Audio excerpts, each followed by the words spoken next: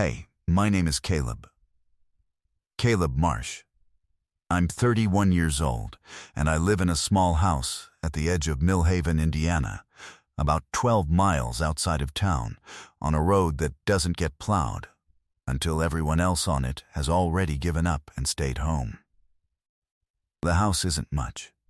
3 rooms, a covered porch that leans slightly to the left, and a workshop I built into the old garage space where I keep my tools, and the smell of sawdust and mineral oil, which is the smell I most associate with peace.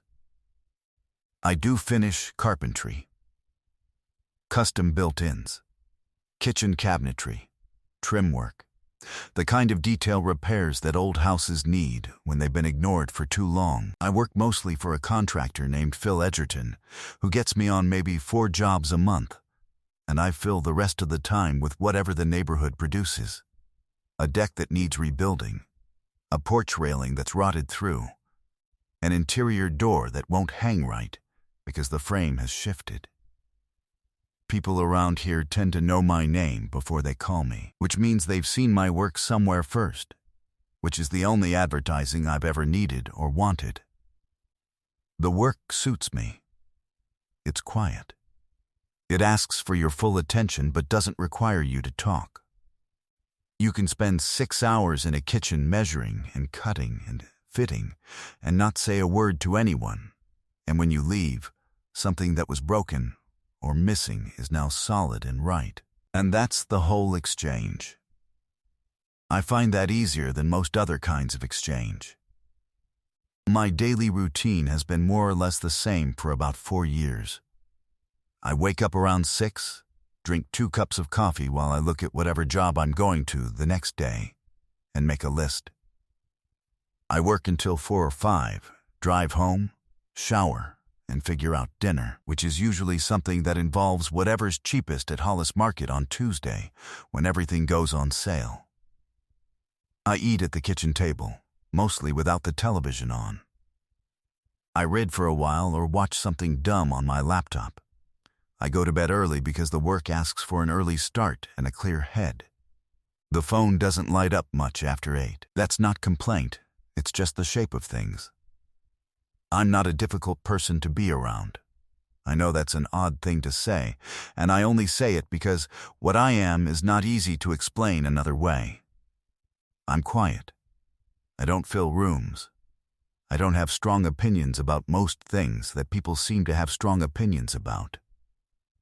I do what I say I'll do. I show up on time. I fix things cleanly, and I don't cut corners, and I charge what the work is actually worth, which sometimes means less than people expect, and sometimes more. I've been told I'm hard to read, and I believe that, though I've never been sure what there is to read. I'm just a man who does careful work and keeps to himself, and tries not to want things he doesn't have a reasonable chance of getting. There was a woman before all of this, before the routine, before the early nights, before I learned to cook enough things on sale that I stopped thinking of it as a compromise. Her name was Anna, and we were together for 3 years, and we ended the way people end when they are too different and too proud and too young to know that being too proud is not the same as being right about something. We ended in her parents' driveway on a December night, her breath making small clouds in the cold. Both of us saying things we meant at the time and would later understand differently. She moved to Columbus. I built the workshop. I told myself I was fine, and eventually the telling turned into something close enough to true that I stopped noticing the difference. That was 4 years before any of this happened. The woman I'm talking about, the one this whole thing is actually about, her name is June. June Calloway. And she was not someone I met at a bar or through an app or through a friend who thought we'd be good together. She was someone I had known my whole life. The daughter of Martin Calloway, who taught 8th grade history at Millhaven Middle School for 30 years and coached junior varsity baseball, and was, as far as I could tell, The kind of man the whole town felt slightly safer just knowing was in it. She was 3 years younger than me, which meant she was 2 grades below me in school, which meant I knew who she was the way you know everyone in a town this size, not with specificity, but with a kind of ambient familiarity, the way you know what the library smells like without ever thinking about it. We had run into each other at Martin's house a dozen times over the years. She'd come back for a summer, and I'd be replacing a rotted section of his back steps. She'd pass through town at Christmas, and I'd see her at the hardware store. We were friendly the way people are friendly when they grew up on the same road and have no particular reason to be anything else. We talked about her father and the weather, and whether the old Carmichael diner would ever reopen, and that was about the whole of it. I did not think about her when she wasn't in front of me. I want to be honest about that, because it matters to the story. I wasn't carrying some quiet torch. I wasn't noticing her absence. She was just someone I knew, the way I knew a lot of people, and there was nothing wrong with that, and nothing more than that, right up until the Friday night in mid-October when Martin Calloway called me at 7 in the evening and asked if I could come over. I almost didn't go. I was in the middle of something with a set of cabinet doors I'd been fitting all week, and I had a system going, and interrupting it meant starting over from the beginning the next morning. I told him I was in the middle of a job, and he said, "I know. I wouldn't ask if I didn't need someone I trust." That's the kind of thing Martin Calloway said. He used words like trust without self-consciousness, because to him trust wasn't a sentimental concept. It was a practical one, the same way solid wood is better than particle board. I put down my tools. When I got to his house, June was on the porch with her arms wrapped around herself and her coat, not doing much. The porch light caught her face, and what I saw was not what I expected, which was the warm, casual version of her I'd always seen. What I saw was someone who had been carrying something heavy for long enough that the carrying had changed her posture. Her hair was up, but coming down in sections around her face. Her eyes were tired in a way that had nothing to do with time of day. She looked at me when I pulled in, and she didn't smile the way she usually did. That easy half-smile that meant this is a fine thing. Nothing wrong here. She just looked at me, like she was checking something. "Caleb," she said. "Thanks for coming." "Sure," I said. Martin met me at the door and walked me through the kitchen to tell me what was actually wrong, which was that the old window in the mudroom had been painted shut 30 years ago, and the paint had sealed around a hairline crack in the frame that had spent the last month letting cold air in, and the room had become unusable and was pulling heat out of the rest of the house. He wanted to know if I could do anything about it, or if the whole frame needed to come out.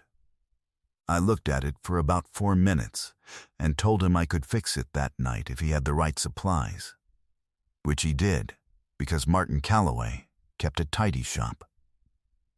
June came in from the porch while I was setting up. She poured herself a cup of tea and stood against the counter with it and watched me work.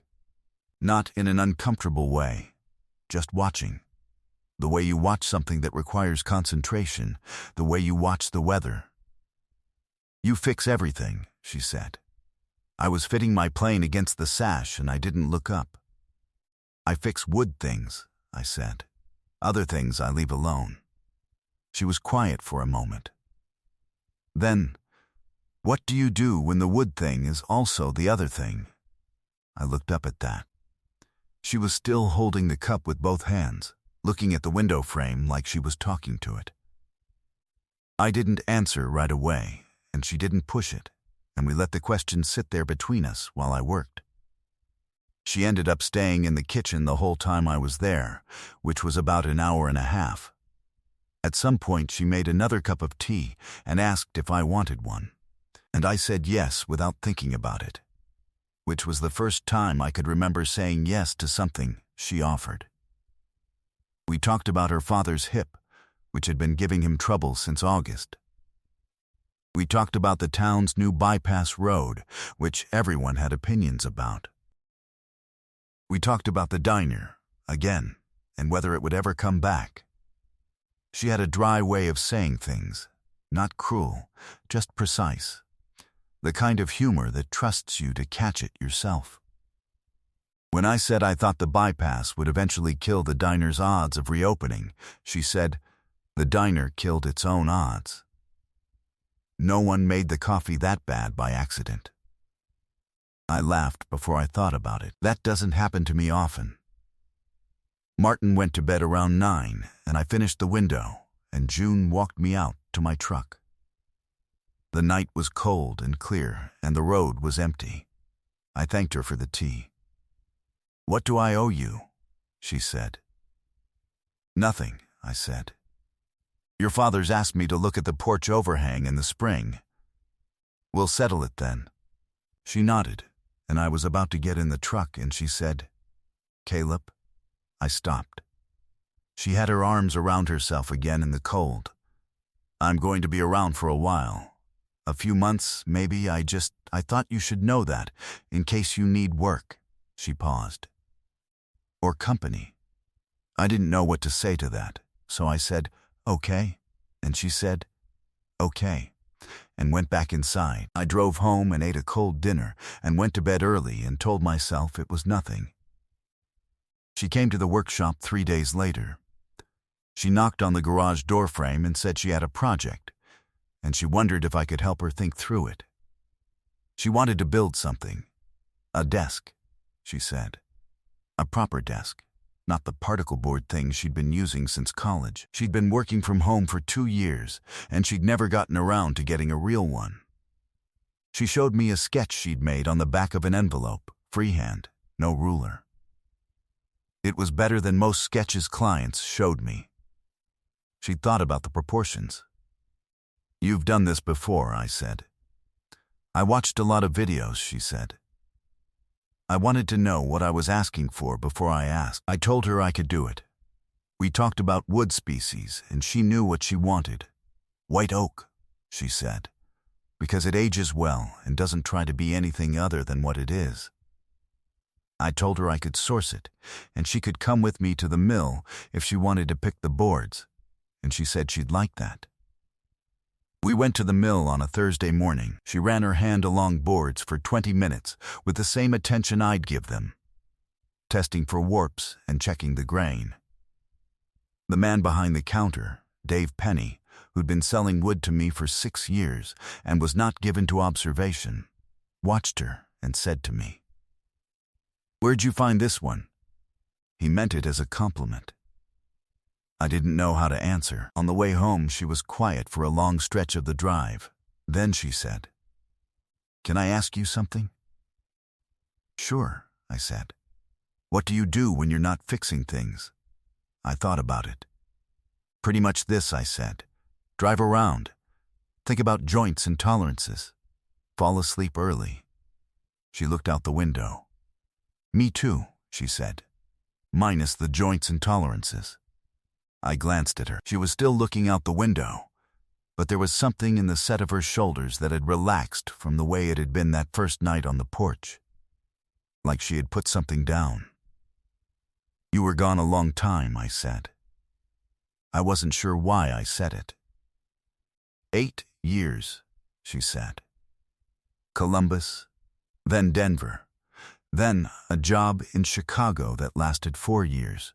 Then the job ended, and I realized I'd been paying for an apartment I barely lived in, and coming home every Christmas, and feeling like the home I was coming back to wasn't the one I'd left. "What made you stay?" I said. This time.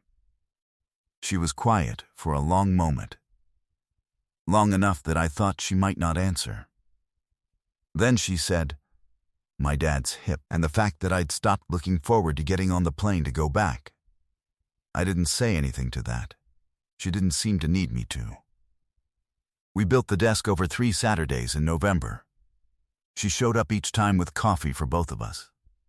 2 cups from the diner on Farwell, mine black and hers with enough cream that it turned the color of light wood. She'd watched enough videos that she could follow what I was doing, and she helped where I let her, sanding first and then, after I showed her twice, fitting the breadboard ends while I held the clamps in position. She was careful. Not the kind of careful that's really just hesitation, the kind that knows it only gets one pass. On the second Saturday, she came in and found me looking at a section of oak I'd cut wrong by 3/16 of an inch. Not wrong enough to matter structurally, wrong enough to bother me. "How bad?" she said. "Not bad," I said. "I'll recut it." "You could leave it," she said. "It would still work." "I know," I said. She looked at me. "But you won't." "No," I said. She picked up her coffee and sat on the edge of the workbench. "My ex used to say I had the same problem," she said. There was a flatness in her voice when she said ex that had nothing to do with sadness. It had to do with accuracy. Like she was using the most correct word for something that required precision. "What would he leave?" I said. "Everything," she said. "He'd leave everything. The wrong cut, the wrong conversation, the wrong answer. He'd just adjust the picture frame until the wall looked level." She paused. He was adjusting a lot of things by the end. I didn't ask more. She didn't offer more.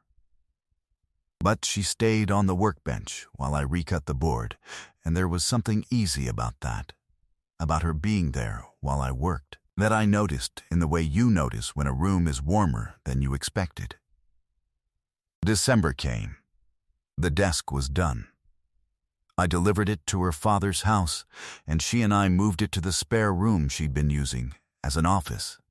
And it fit the space the way I'd calculated it would, and she stood in the doorway looking at it with her arms crossed and her head tilted, the way people look at something they haven't decided about yet. Then she looked at me. "It's exactly right," she said. "It should be," I said. She smiled then, not the half smile, but the full version of it. And I had to look away at the window. She invited me to stay for dinner. I stayed. Martin made something with chicken and root vegetables and told stories about the 8th graders who had given him the most trouble over the years. And June filled in details he left out, and by the end of it I had been at the table for 2 hours and hadn't noticed the time. When I got up to go, Martin stayed at the table, and June walked me out again to the truck. And this time the night was colder, the kind of cold that makes everything precise. "Thanks for the desk," she said. "Thanks for dinner," I said. She was looking at me again in that checking way. "You've been coming here on and off for a long time," she said. "Your father's house needs a lot of maintaining," I said. "He has a contractor," she said. "He calls you when it's something that matters." I didn't have anything to say to that. She put her hands in her coat pockets. "Caleb," she said, "I'm not sure how to ask this without it being a strange thing to ask." "Ask it," I said. "Are you seeing anyone?" "No," I said. "You?" "No," she said. We stood there in the cold for a moment. A car went by on the road. "Okay," she said. "Good night, Caleb." "Good night, June." I drove home and couldn't sleep until very late, which is not something that usually happens to me. We started having dinner at Martin's house on Thursday evenings. This was not a plan we made. It just became the shape of things. Martin would cook, or June would cook, and I would come over at 6 and leave at 8:30, and we would talk about the house and the town and whatever book one of us was reading. Martin was an excellent reader and a worse cook, and didn't mind saying so about either. June was a better cook than she'd let on, and she'd spent 8 years in cities that had restaurants worth eating at, and she brought that knowledge back with her the way people bring back a language. Not showy, just useful. One Thursday in January, Martin went to bed early because his hip was bad, and June and I stayed at the kitchen table until almost midnight. We talked about the desk and whether she'd change anything about it. She said no. And about what I was working on, which was a set of built-ins for a house in Harrow. And about whether the new bypass would bring the chain restaurants that everyone feared and half of everyone quietly wanted. Then, we stopped talking about any of that. The kitchen was quiet except for the furnace cycling on and off, and she was looking at her hands around a mug of tea, and I was looking at the grain in the table. "Can I tell you something?" she said. "Sure," I said. She was quiet for a moment, like she was deciding whether she actually wanted to. Then I moved back from my dad's hip. That part's true, but I also moved back because I was scared that if I waited any longer, everything I was waiting for would have already stopped waiting for me. I looked at her. "I know that doesn't make sense," she said. "It makes sense," I said. She turned the mug in her hands. "I spent 8 years getting good at my job and moving to bigger cities and being the kind of person who didn't need a particular place to be okay. And then, one morning in Chicago, I woke up, and I was 30 years old, and I had a very nice apartment, and I didn't have a single person I could call before 8 in the morning. Not one. And I thought, I've optimized myself out of everything that actually matters." She said it without self-pity, like she was reading from a document she'd already made her peace with. "What did you need?" I said. The question came out quietly, almost without my deciding to ask it. She looked at me. "Someone who fixes things carefully," she said, "and doesn't cut corners, and doesn't adjust the picture frame." Neither of us said anything for a while after that. At some point she got up to put the kettle on again, and she went past me, and her hand touched my shoulder for just a second as she passed. Not grabbing, not meaningful, just the lightest possible contact. Like a question asked so quietly, you have to lean in to hear it. I felt it for a long time after she'd moved away. When I left that night, I sat in my truck in the driveway for a minute before starting the engine, and I understood something I had been not understanding for 2 months. And I understood it completely, and then I drove home and didn't do anything about it. The thing that changed everything was not a dramatic event. It started with a phone call from a man named Craig Ferris, who had been June's ex. I only know this because Martin told me about it the next Thursday. The way Martin told me most things, plainly, without editorializing. In the same tone he used to tell me about the weather or the state of his gutters.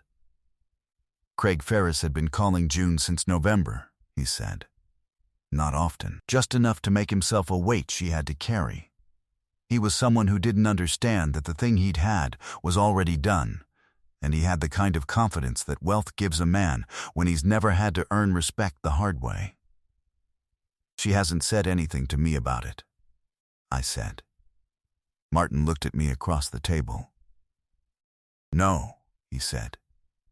"She wouldn't." I thought about that. "She doesn't want to make it your problem," Martin said, which was all he said about it. And then he started talking about whether the porch overhang could wait until April or needed attention sooner. And I gave him my honest opinion, which was that it could wait. But I thought about it for the rest of the week. And I thought about her hand on my shoulder, and the way she'd described what she'd needed, and the 2 months of Thursday nights, and the white oak boards she'd run her hand along at the mill. And I thought about the fact that I had understood something in my truck in her father's driveway, and then done nothing with it. Which was, if I was honest, the exact kind of thing that had ended things with Anna in her parents' driveway on a December night 4 years before. Being too proud and too careful and too good at waiting to act. I was not going to do that again. She came to the workshop that Saturday with coffee. She was wearing her barn coat and her hair was up, and she looked like she'd been sleeping better than she had in the fall, which is the kind of thing you notice when you've been watching someone for long enough. She sat on the workbench, and we talked about what I was working on, which was a door frame repair for a house in town, and I was fitting the casing miters and explaining why the cut angle had to be exactly 45 degrees and not 44.5, and she listened the way she always listened, which was completely. And then without planning to, I said, "I heard Craig Ferris has been calling." She was quiet for a moment. Then, "My dad." "Yeah." She looked at her coffee. "It's nothing," she said. "What does he want?" I said. She thought about it for a second. To be forgiven. To believe that what happened was a misunderstanding and not a decision. She paused. "He wants me to tell him that it's okay. Because if I tell him it's okay, it means he doesn't have to sit with what he actually did." "What did he do?" She looked at me. "He made every decision like I was optional," she said. "For 4 years. Not cruelly. Just systematically, like my preferences were inputs that could be overridden when they were inconvenient." She set the coffee cup down, and I let him, because I kept thinking he'd notice what he was doing eventually. But some people don't notice until you're already gone. I put down the casing I was holding. "Does he know you came back here?" "Yes," she said. "Is he going to come here?" She looked at her hands. "He said he might. Around Christmas, he said it. I told him not to, and he said he understood and then sent me 3 more messages in January." I was quiet for a moment. Then I said, "What would you need if he did?"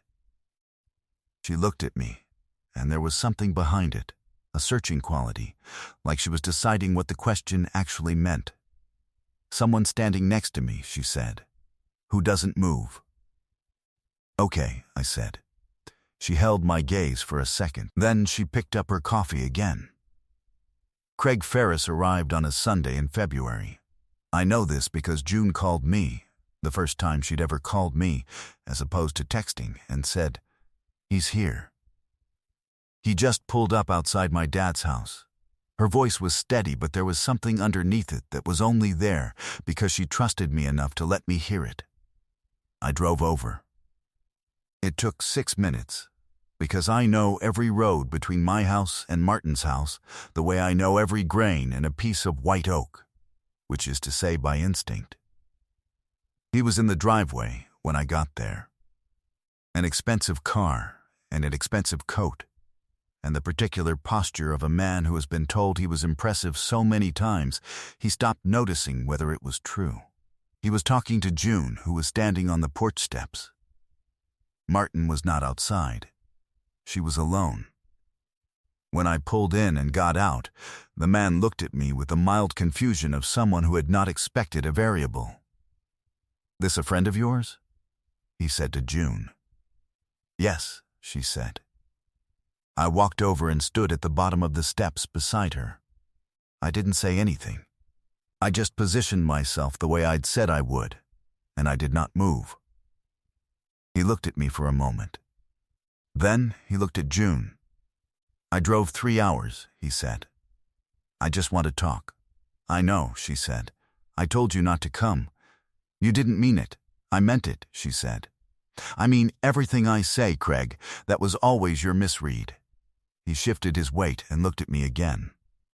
"Could you give us a minute?" "No," I said. He looked back at June. He was trying the version of himself that had always worked, the measured, reasonable. I'm being very adult about this version. I had seen men use that version before. It works until it doesn't. "We were together for 4 years, he said. "You don't just walk away from 4 years. "I didn't walk away," she said. "I was already gone. You just hadn't noticed." She came down the last 2 steps to stand on the level ground beside me. "Craig, I'm not angry at you. I don't think you're a bad person. But I'm not going to tell you what you need to hear. Because what you need to hear isn't mine to give. That has to come from somewhere else." He looked at her for a long moment. Then he looked at me. I don't know what he saw, but whatever it was made him decide the calculation didn't work. "Fine," he said. He turned and went back to his car and drove away, and the sound of the engine faded down the road, and then it was just the February cold and the bare trees and the two of us standing in the driveway. She exhaled, slowly, like she'd been holding something for a long time. "You okay?" I said. "Yes," she said. "Then, thank you for coming." "Sure," I said. We went inside and Martin was in the kitchen making coffee, and he didn't ask any questions. Because Martin Calloway understood when a thing had been handled and didn't need to be discussed. He poured 3 cups and set them on the table, and we sat down, and the house was warm, and outside the road was empty. She looked at me across the table with those quiet, searching eyes. "You drove over very fast," she said. 6 minutes, I said.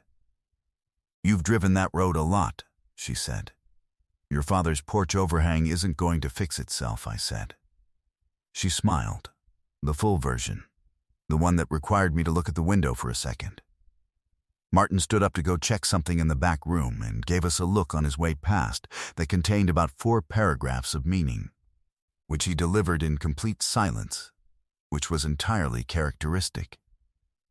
We stayed at the table for a while after he left. The coffee got cool. Outside, the light shifted the way it does in February when the sun is trying to do something and the cold keeps overriding it.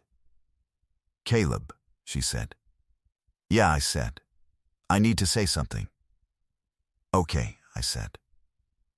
She wrapped her hands around the mug. "I came back here thinking I needed to figure out what I wanted next. And I thought maybe I'd figure that out by doing practical things. Take care of my dad. Build a desk. Figure out where I actually wanted to be. And somewhere in the middle of all of that, I realized what I was actually doing was figuring out whether what I wanted was something I'd already had and been too far away to see." I looked at her. "I'm not saying this well," she said. "You're saying it fine," I said. She looked at the table. Then she looked at me. "Last month at the kitchen table," she said, "when I told you what I needed. Someone who fixes things carefully and doesn't cut corners." She paused. I wasn't talking in general. My throat had closed somewhere around the word carefully. I sat with that for a second. "I know," I said. "You know," she said. "I've known for a while," I said. "I just didn't know how to say it without being wrong about the timing." "You're slow," she said. And something in me that had been very careful for a very long time stopped being careful. I said, "I'd like to fix that." And she looked at me in a way that I had never had anyone look at me in my life. And then I said, quietly, without thinking it through, because thinking it through was the thing I'd been doing wrong for years, "Marry me, tonight," I joked. She didn't let me finish. She leaned across the table and she said, in a voice I could barely hear, steady and certain and warm, "I've waited years for you to ask me that." And then she kissed me. Right there at her father's kitchen table, with the cold coffee and the February light and the sound of Martin moving around in the back room, and it was the softest and most certain thing that had ever happened to me, and I sat in it for a long time. That was in February. It is now the following November, and I am sitting on the porch of my house. Our house. Technically. Since June moved in June, which she said was a coincidence, and I said I didn't believe in coincidences anymore. And the cold is back, and the road is empty, and the porch still leans slightly to the left, which I've been meaning to fix, and which June has forbidden me to fix, because she says the lean is the best thing about it. Martin is doing better. His hip had surgery in the spring, and he's been walking without much complaint since September. And he comes over for dinner on Sundays, and last week he said, "A house with a woman in it shouldn't have a cold stove." And June said, "Our stove is very warm, Martin." And he smiled at his plate in a way that said everything. The desk is in the spare room where she works most mornings. I made her a small shelf unit to go with it in August, because she'd run out of space for books, and she stood in the doorway looking at it the same way she'd looked at the desk, head tilted, arms crossed, deciding. Then she turned around and said, "It's exactly right." And I said, "It should be." And she laughed, which was what I had been going for. I still drive over to Martin's house most weeks. The porch overhang needed 3 hours in April and is solid through the winter now. There's a section of kitchen floor that needs attention come spring. A man who teaches 8th grade history for 30 years and coaches baseball has a house that knows how to generate work. There are mornings when I wake up and the coffee is already made, and the kitchen smells like something she's been up early working on, and the January cold has not yet gotten through the weather stripping I replaced in the fall, and she comes in from her office, with her hair still loose and her reading glasses pushed up on her head, and she pours herself a cup and doesn't say anything for a while, because we are both people who don't fill rooms and have made our peace with that, and I think about the Friday night in October when I almost didn't go. Because I was tired, and I had my own problems, and I didn't have the energy for anything beyond my own quiet house. I think about what another version of me would have done with that tiredness. I do not think of myself as a man who was saved by love, because I don't believe that's how it works. I think I was a man who was doing fine and was also, without knowing it, waiting for permission to do better than fine. And June Calloway, who ran her hand along white oak boards at the mill until she found the ones that would age without apology, gave me that permission, not by saying it, but by being exactly who she was, precise, dry-humored, unashamed of what she needed, too proud to settle for the wrong version of a thing. There are nights on this porch when she comes out with a second cup and sits in the chair beside me, and neither of us says anything for a long time, and the road is dark, and the cold is real, and the lean of the porch is exactly what it is. And I understand something I had to be 31 years old in a small house in Millhaven, Indiana, to understand that the life you are most afraid to want is usually the one that was waiting the shortest distance from where you already were. You just have to stop adjusting the picture frame and be honest about what you see.